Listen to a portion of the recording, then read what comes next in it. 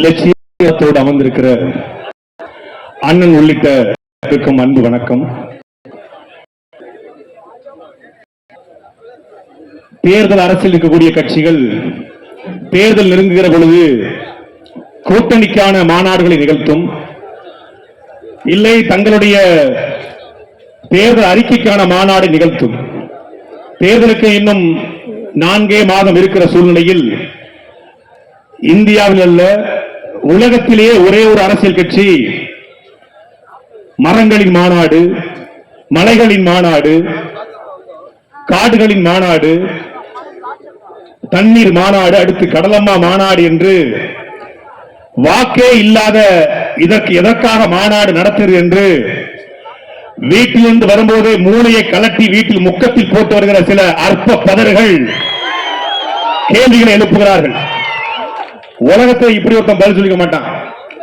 தண்ணிக்கு ஓட்டு இல்லடா, மரத்துக்கு ஓட்டு இல்ல, கடலுக்கு ஓட்டு இல்ல, தண்ணிக்கு ஓட்டு இல்ல, அதை குடிக்கிற நாய்க்கு ஓட்டு இருக்கலன்னு கேட்ட ஒரே ஒரு தலைவர் எங்களுடைய அண்ணன் சீமான் தான். ஓட்டு இல்ல, அந்த மர கட்டுல படுத்து வருகிற மரமண்ட உனக்கு ஓட்டு, அது உனக்கு ஜேத்தான நான் மாநாடு போடுறேன்னு சொல்லி கேட்டார். நம்முடைய பாட்டன் பாரதி பாடுனா, காவிரி தென்மண்ணை பாராறு தமிழ் கண்டதொரு வைகை பொருண நதி மேவிய பல ஆறுவோட திருமேனி தமிழ்நாடு என்று. அவன் காவிரி தென்மண்ணை பாலாறுன்னா, ஆனா இங்க என்ன பிரச்சனைனா காவிரி தென்மண்ணாறு திராவிட மண்டையில கோளாறு என்று ஏற்பட்டதனால கடந்த 5 காலமாக அணைகள் கட்டக்கூடிய இடமாக தமிழ்நாடு இல்லையா.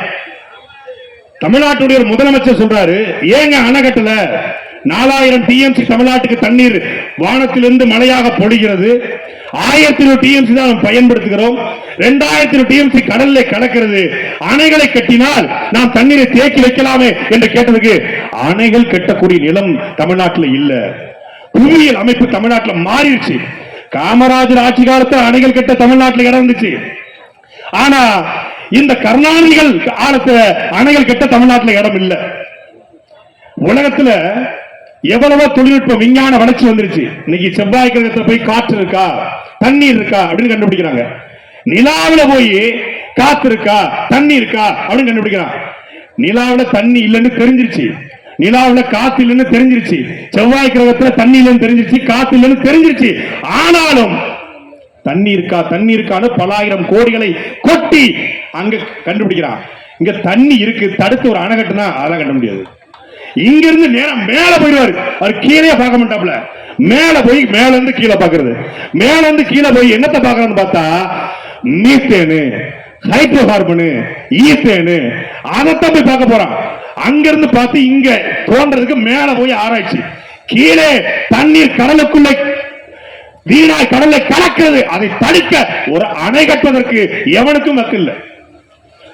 ஆனா ஒருத்தன் 2000 வருஷத்துக்கு முன்னாடி கரிகாலனுடைய பெருமைகள் நம்ம எல்லாருக்கும் தெரியும், சோழ மண்ணில் பிறந்த எல்லாருக்கும் தெரியும். கல்லணையை கட்டினவர் 2000 வருஷத்துக்கு முன்னாடியே ஆத்துல யாரும் மீன் பிடிச்சான், ஆத்துல குளிச்சான், ஆனா ஆத்தை தடுத்து ஓடுகிற நதியை தடுத்து அணையை கட்டினார் என்பது தெரியும். அது மட்டும்தான் நமக்கு தெரியும். உலகத்தில் எவ்வளவு தொழில்நுட்பம் விஞ்ஞான வளர்ச்சி வந்துருச்சு, ஆனா கரிகாலன் கல்லணையை எப்படி கட்டினார் என்று எவனாலையும் கண்டுபிடிக்க முடியல. இன்றைக்கே காவிரியாறு இப்படி சீறி பாய்கிறது என்றால் 2000 வருஷத்துக்கு முன்னாடி எப்படி பாய்ஞ்சிருக்கும்? அகண்ட காவிரி.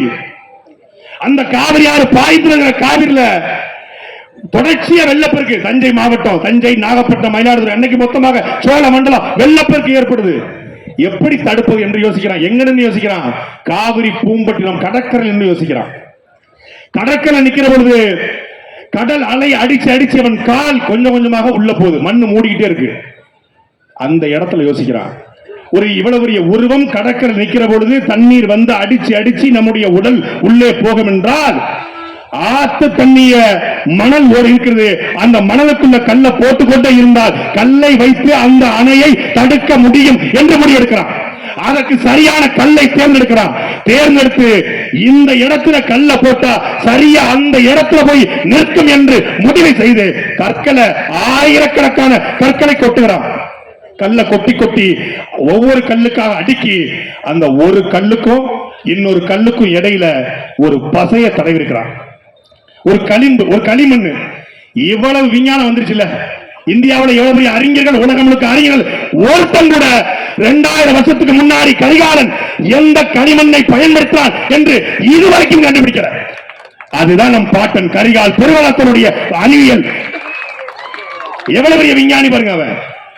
அவன் எந்த யூனிவர்சிட்டியிலும் போய் பிஹெச்டி முடிக்கல, வாட்டர் மேனேஜ்மெண்ட் கொடுத்து படிக்கல. மக்களுக்காக வெள்ளத்தை தடுக்க வேண்டும் என்கிற லட்சியமும் கனவும் இருந்தது. நீ கட்டி முடிச்சான்.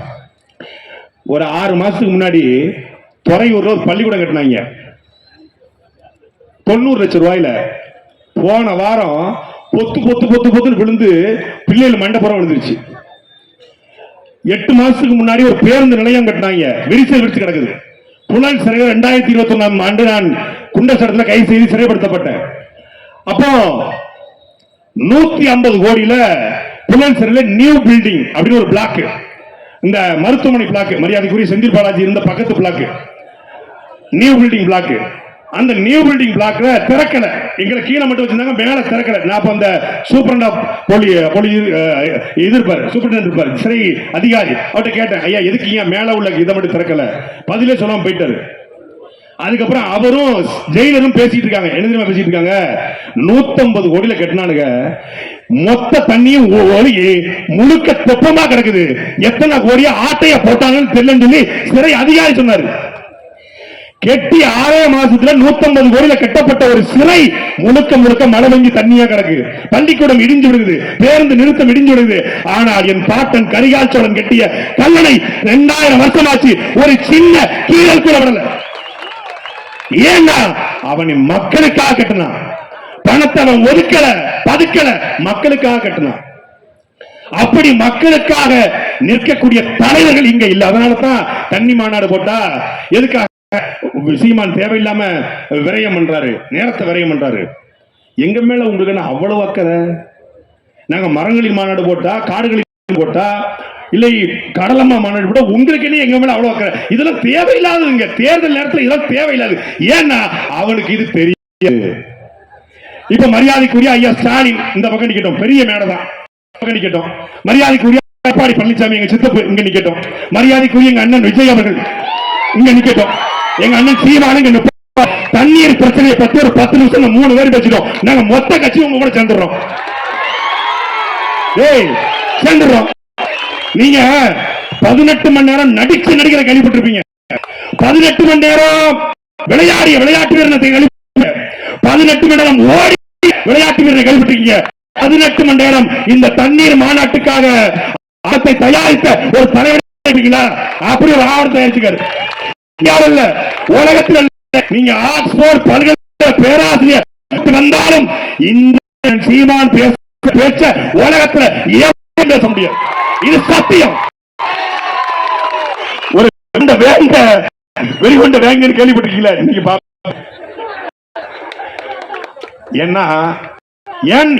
ஏன்னா தன்னுடைய அருமையை உணர்ந்தவன் தான் அந்த தண்ணீர் குறித்து பேச முடியும்.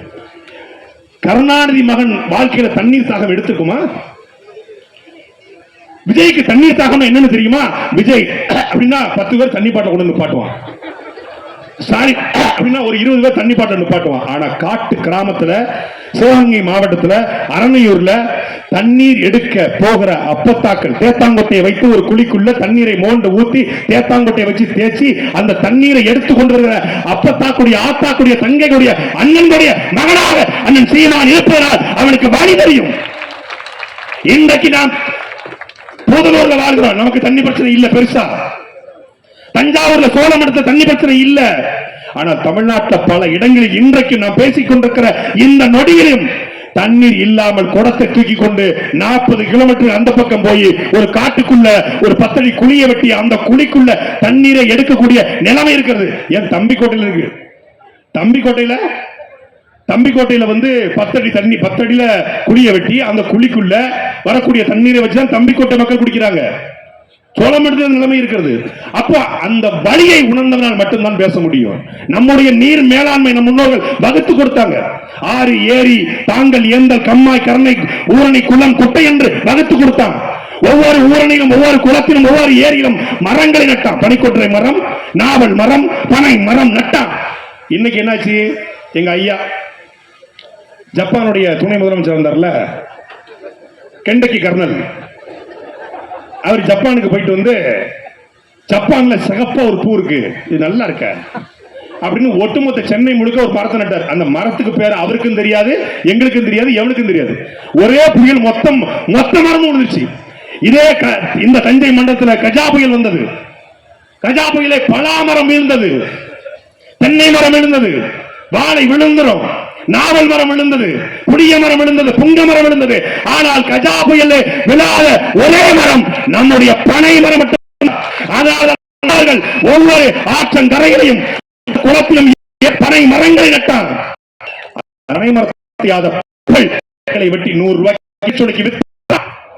ஒரே ஒரு தலைவர் மட்டும்தான் நிலத்தில் 10 கோடி பனை திட்டத்தை நான் ஆக்குவேன் என்று தேர்தல் அறிவித்தார்.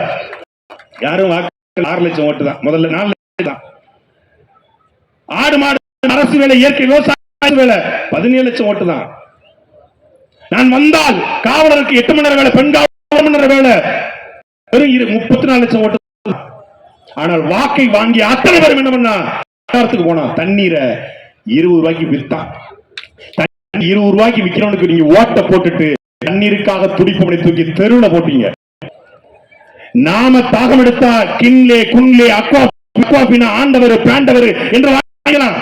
ஆனால் இந்த யானையும் குரங்கும் இங்க இருக்கக்கூடிய சிங்கமும் புலியும் எப்படியெல்லாம் தண்ணி குடிக்கும் என்ற கேள்வியை உலகத்தில் எழுப்பியவன் எங்களுடைய அண்ணன் செந்தமன் சீமான் மட்டும்தான்.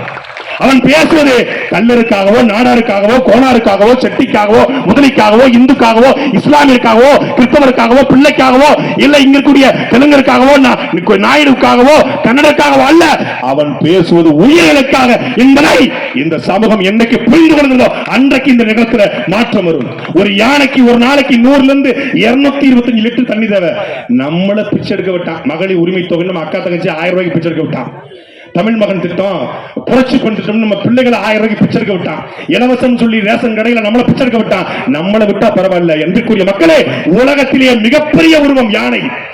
ஒரு நாளைக்கு 100 லிட்டர் தண்ணீர் குடிக்க வேண்டிய யானைய ரோட்ல பிச்சை எடுக்க விட்டான்டா. இந்த திராவிட மொல்ல மாதிரி முடிச்சவைக்கு நாய்கள் பிச்சை எடுக்க விட்டான்.